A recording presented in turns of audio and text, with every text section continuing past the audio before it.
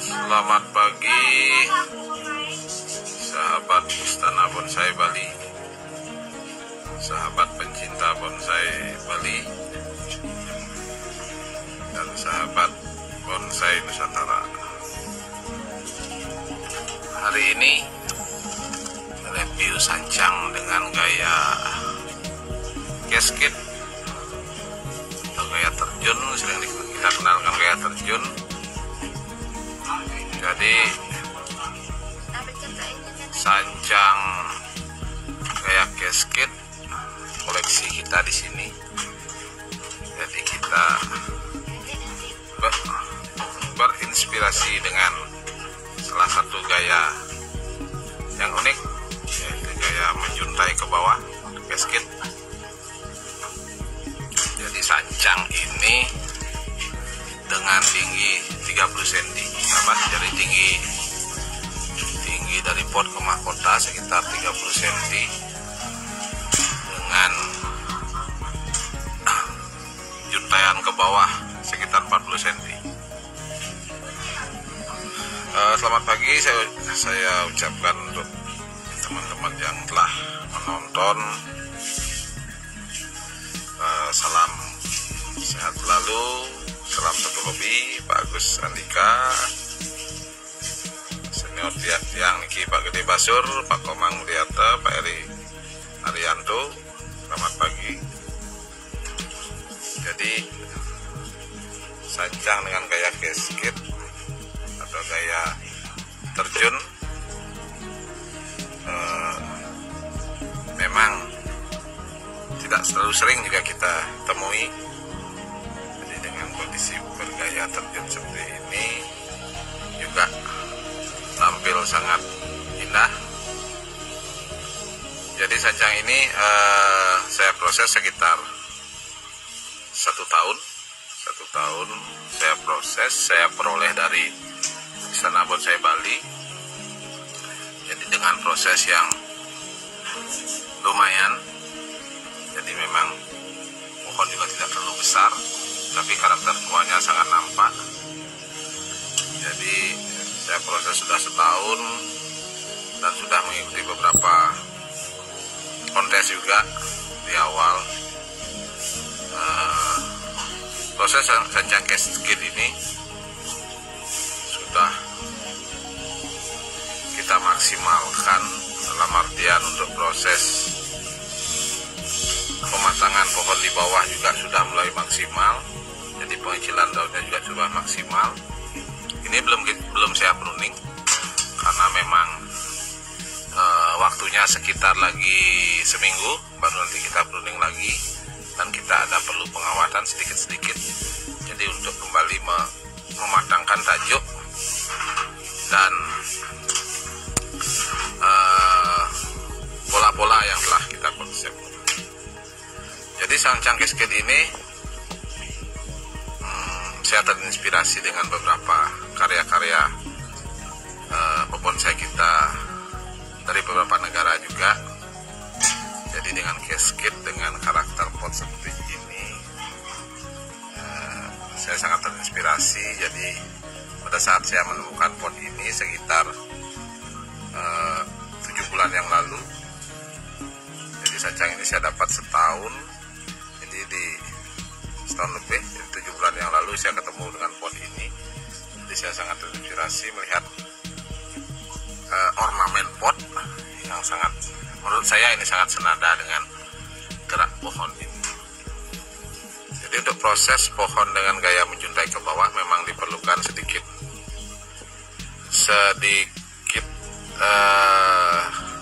ketelatenan dalam hal mematangkan dan mengompakkan pohon di posisi di bawah. Karena dengan kondisi pohon casket, jadi untuk makan yang di posisi bawah ini agak sulit, dalam artian karena proses kambium yang di atas akan sangat subur, tapi di saat dia turun ke bawah lumayan dia proses untuk menyuburkan pola-pola dan percabangan di bawah. Jadi diperlukan waktu dan diperlukan pemangkasan yang berkala, dalam artian untuk menghambat posisi pertumbuhan tidak terlalu tebal di atas dan tetap memberikan peluang untuk pengelosan sedikit-sedikit daun di bawah. Pak Putra, selamat pagi Pak Putra. Pak Andre Bagong, selamat pagi. Menjelang siang, Pak Agung Adi PM, siap Ji. Pak Agung Adi, Pak Mei Suwarto, sancang itulah semua nih Pak Mei. Jadi sancang dengan gaya casket memang secara kesan yang ingin disampaikan bahwa pohon ini memang mendapatkan asupan sinar yang padat di bawah, mungkin terhalang di atas oleh beberapa batuan atau beberapa pohon, jadi pertumbuhannya dia nanti ke bawah. Jadi gaya casket ini memang unik yang saya lihat dengan pohon-pohon berjenis casket.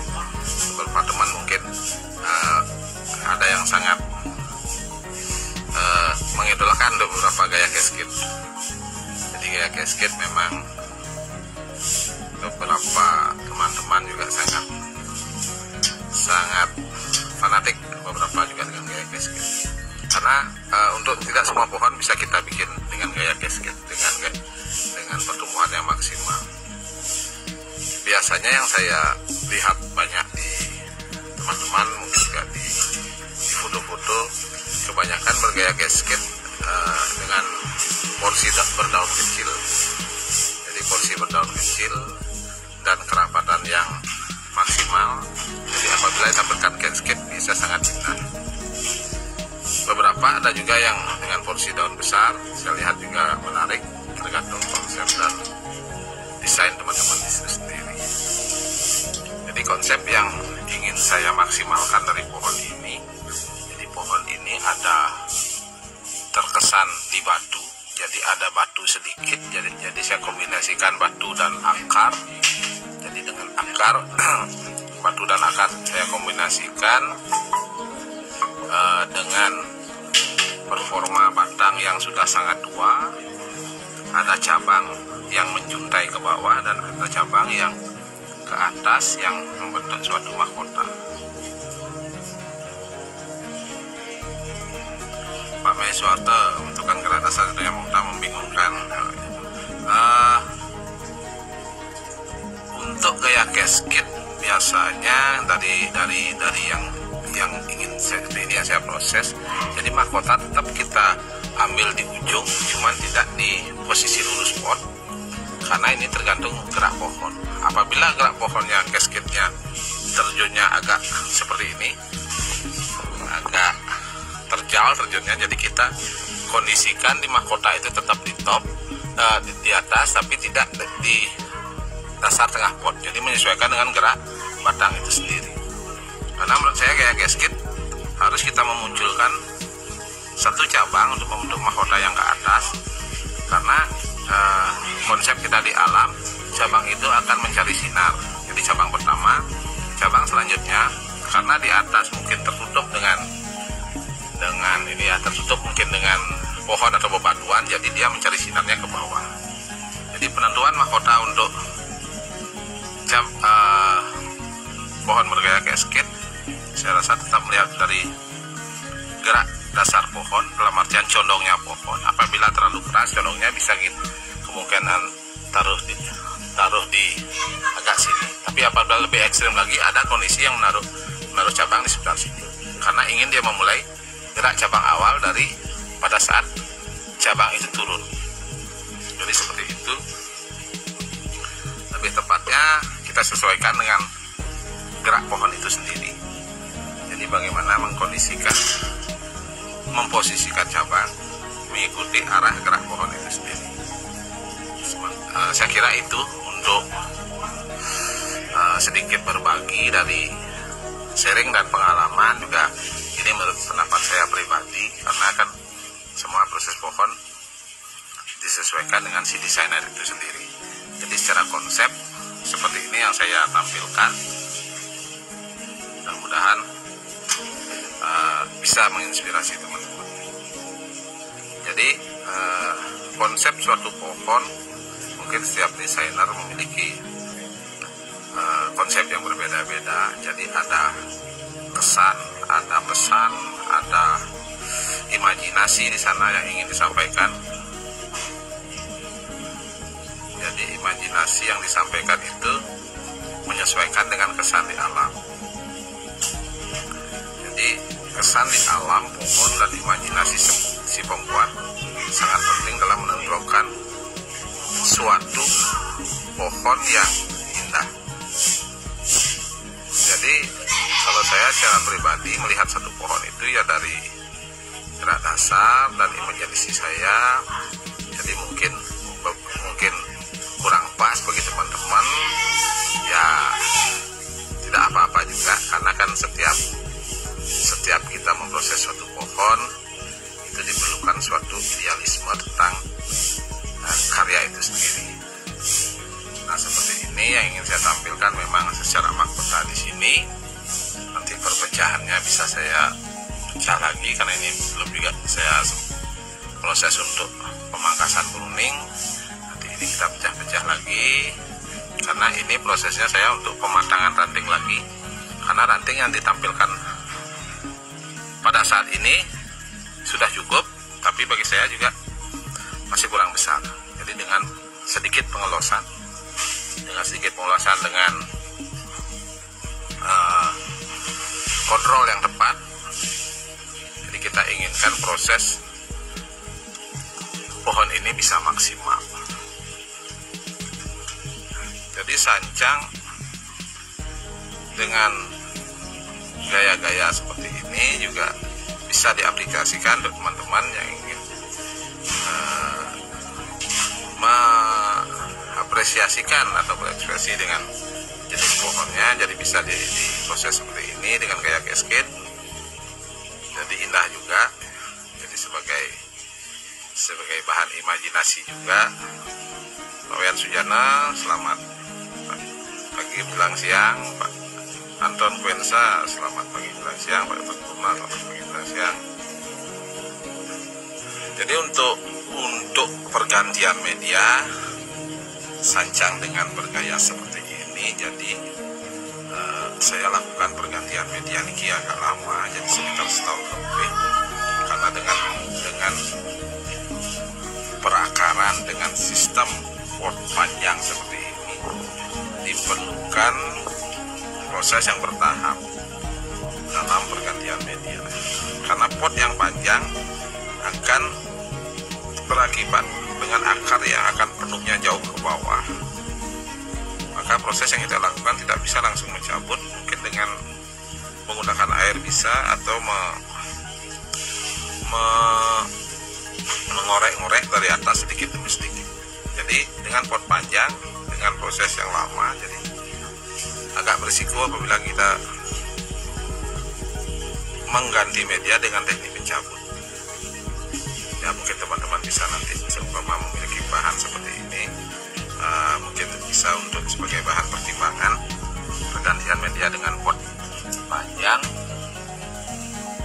bisa ya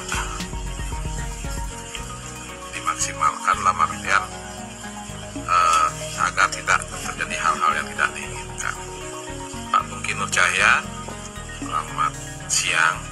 Pak Ajumdi, selamat siang. Jadi di awal pada saat saya memperoleh sancang ini, jadi yang ada di imajinasi saya dengan gaya seperti ini, dengan ujung yang sangat tua, pangkal sampai ke bawah.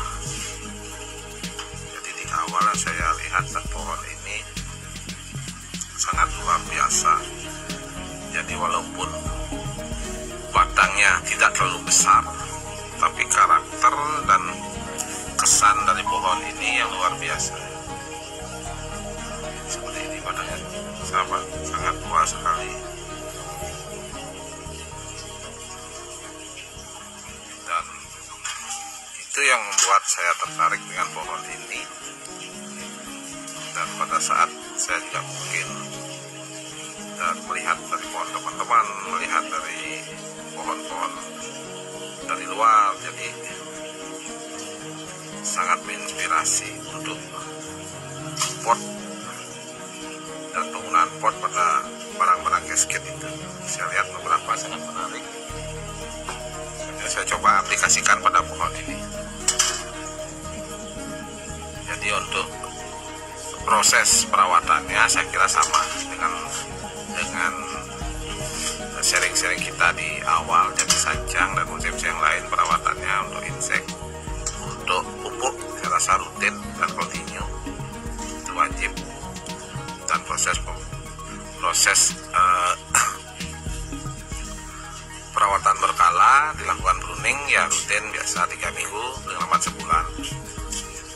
Pak Wira Jilo, selamat siang Pak Wira. Sancang mania juga ini, sancangnya mantap-mantap.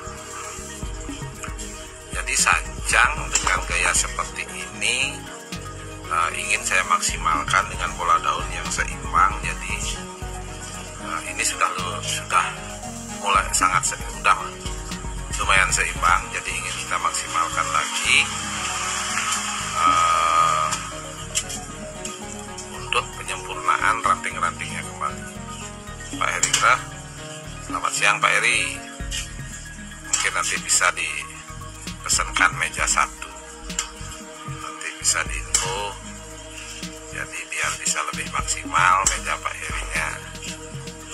Bisa nanti kapan-kapan kita sharing lagi mana yang cocok. Jadi dengan gaya-gaya seperti ini, jadi untuk teman-teman yang ingin membuat gaya seperti ini, jadi yang perlu kita perhatikan performa daun bawah. Jadi diusahakan performa daun bawah seperti ini bisa dimaksimalkan, karena ini yang memang sedikit lama yang harus kita proses dengan gaya-gaya seperti ini, karena pembagian makan yang tidak seimbang antara naik dan turunnya. Dari pengalaman saya, kebanyakan dengan gaya gasket proses untuk pemenuhan daun di bawah memang agak lama, jadi perlu waktu. Tapi di saat dia besok maksimal, jadi bisa kita tampilkan porsi daun di atas dan daun di bawah ini sangat menarik.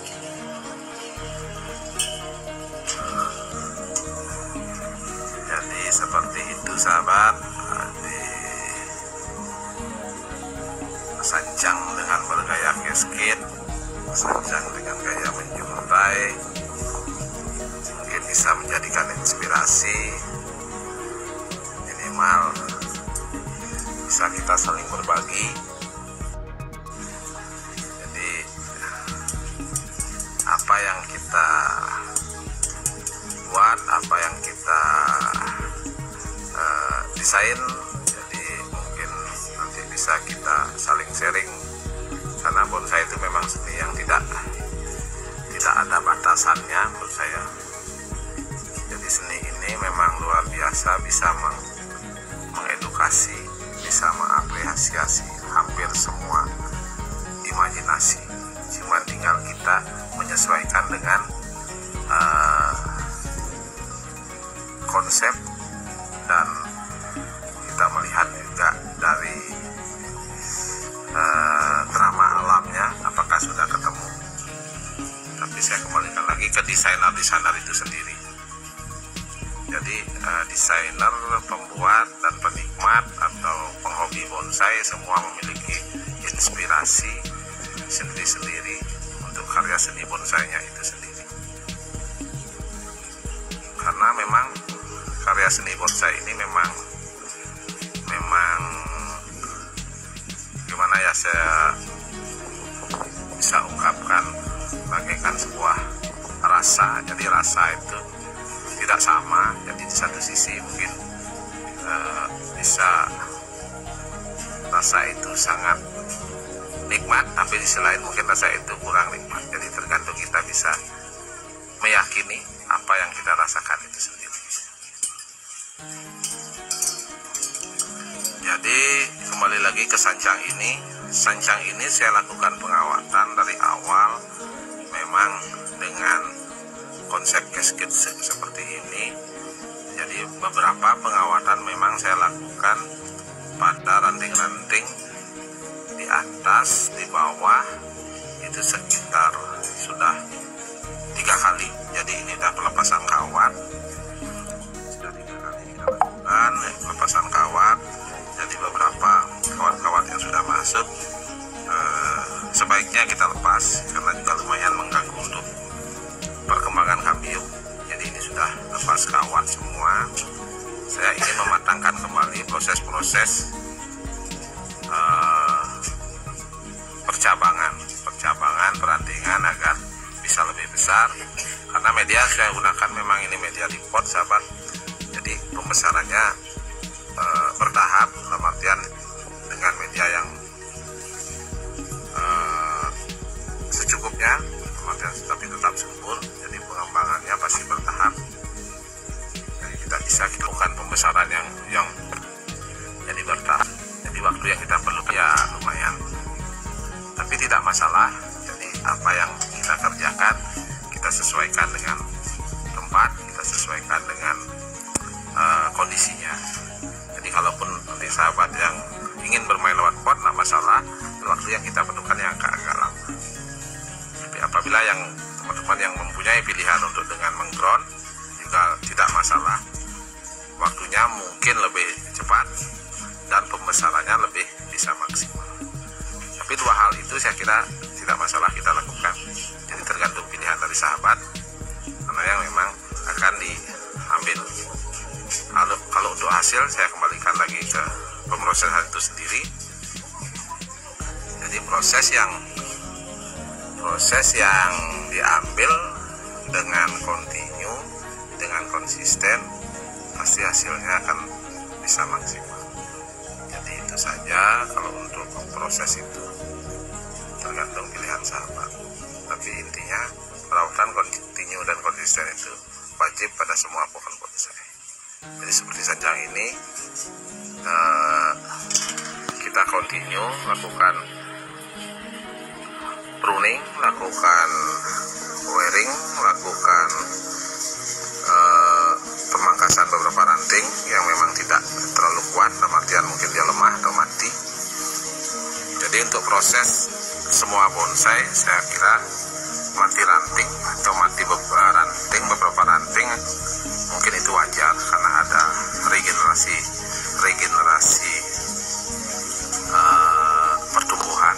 Jadi wajar, tinggal kita bisa maksimalkan matinya ranting itu dengan pertumbuhan ranting baru yang lebih banyak.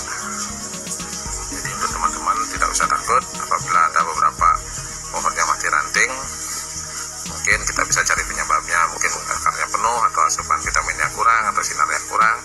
Jadi tidak masalah, yang penting bisa kita tangani. Karena setiap perubahan bentuk untuk bonsai itu saya rasa memang abadi. Jadi perubahannya yang tidak bisa kita stop, dalam artian bonsai itu semakin tua pohon itu akan makin mengalami perubahan. Jadi tidak bisa kita maksimalkan tetap dengan proses seperti itu sampai dia tua. Jadi seperti kita, jadi perubahannya pasti ada, cuman kita bisa memaksimalkan perubahan itu mungkin dengan proses pupuk yang rajin, pengobatan yang rajin. Jadi perubahannya tidak signifikan ke hal yang negatif, dalam artian mungkin banyak cabang yang mati. Jadi perubahan itu kan kita bikin yang lebih baik. Jadi mungkin ada banyak cabang yang mati, mungkin kita kondisikan ganti media atau bagaimana.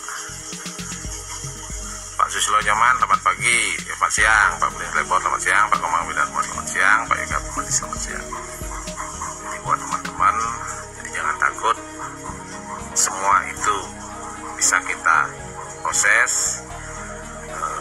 Bahan dasar juga bisa kita proses, bahan jadi juga bagus, juga kita bisa lebih maksimalkan. Jadi semua bahan bisa kita maksimalkan asal keyakinan, kontinu imunitas dan konsistensi teman-teman dalam merawat pohon itu.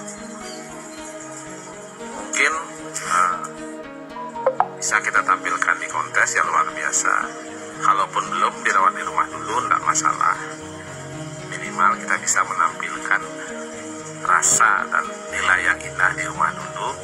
Pada saat dia bisa maksimal, silakan. Kalau bagi rekan-rekan yang ingin sharing di kontes atau yang ingin sharing di event-event bonsai. Jadi itu sedikit mungkin pengalaman saya, pendapat saya. Jadi mohon maaf apabila pendapat saya ada yang kurang berkenan. Ini hanya sebatas sharing saya sedikit dari pengalaman saya, dari beberapa pohon koleksi yang memang saya proses. Mudah-mudahan saya bisa berbagi kepada teman-teman. Walaupun ada yang kurang berkenan, jadi mohon maaf sebelumnya. Jadi mudah-mudahan bonsai ini bisa menjadi inspirasi buat teman-teman, inspirasi dalam berkarya, inspirasi dalam bekerja, jadi penyemangat dalam kita berkarya.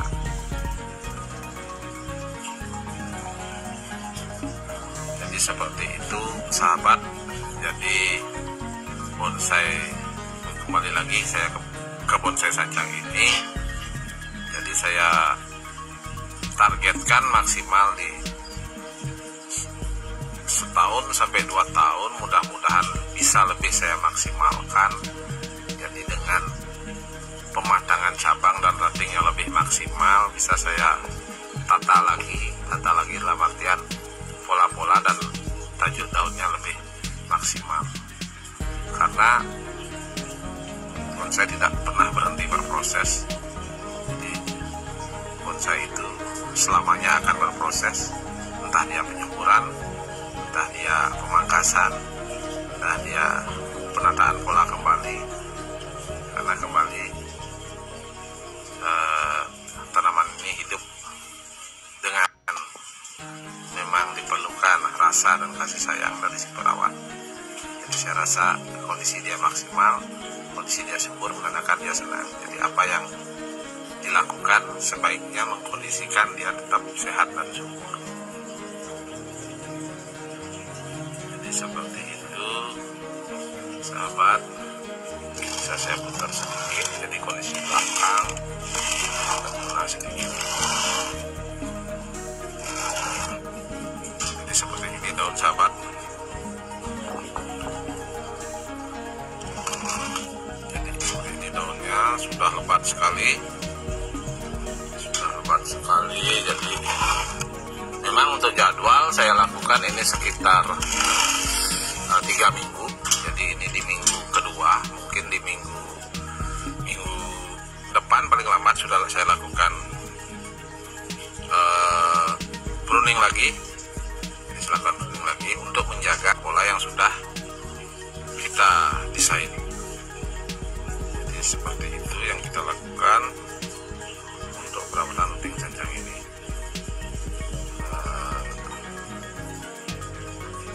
Dan untuk proses perawatannya, obat-obatnya juga, artian obat pembasmi hamanya saya lakukan ini juga 2 minggu. Dan untuk pupuk penyubur, beberapa pupuk fermentasi atau pupuk daun nanti bisa gunakan, aplikasikan sekitar seminggu sekali. Jadi untuk penyiraman saya lakukan minimal sekali. Kalau memang kondisi ikannya panas, saya lakukan 2 kali penyiraman. Jaya, selamat pagi Batu, owner Pancali. Jadi Pancali luar biasa, sudah beberapa kali juga di kontes masuk Racing Show. Selamat buat Batu. Jadi sancang memang memiliki kelebihan pengecilan daun yang maksimal. Memang itu karakter dari sancang. Jadi itu yang bisa kita munculkan lebih maksimal. Kalau seumpama pohon lain mempunyai juga kelebihan di posisi mananya yang lebih maksimal. Jadi itu yang kita munculkan, itu yang kita sebaiknya munculkan pada saat kita ingin pohon itu tampil maksimal.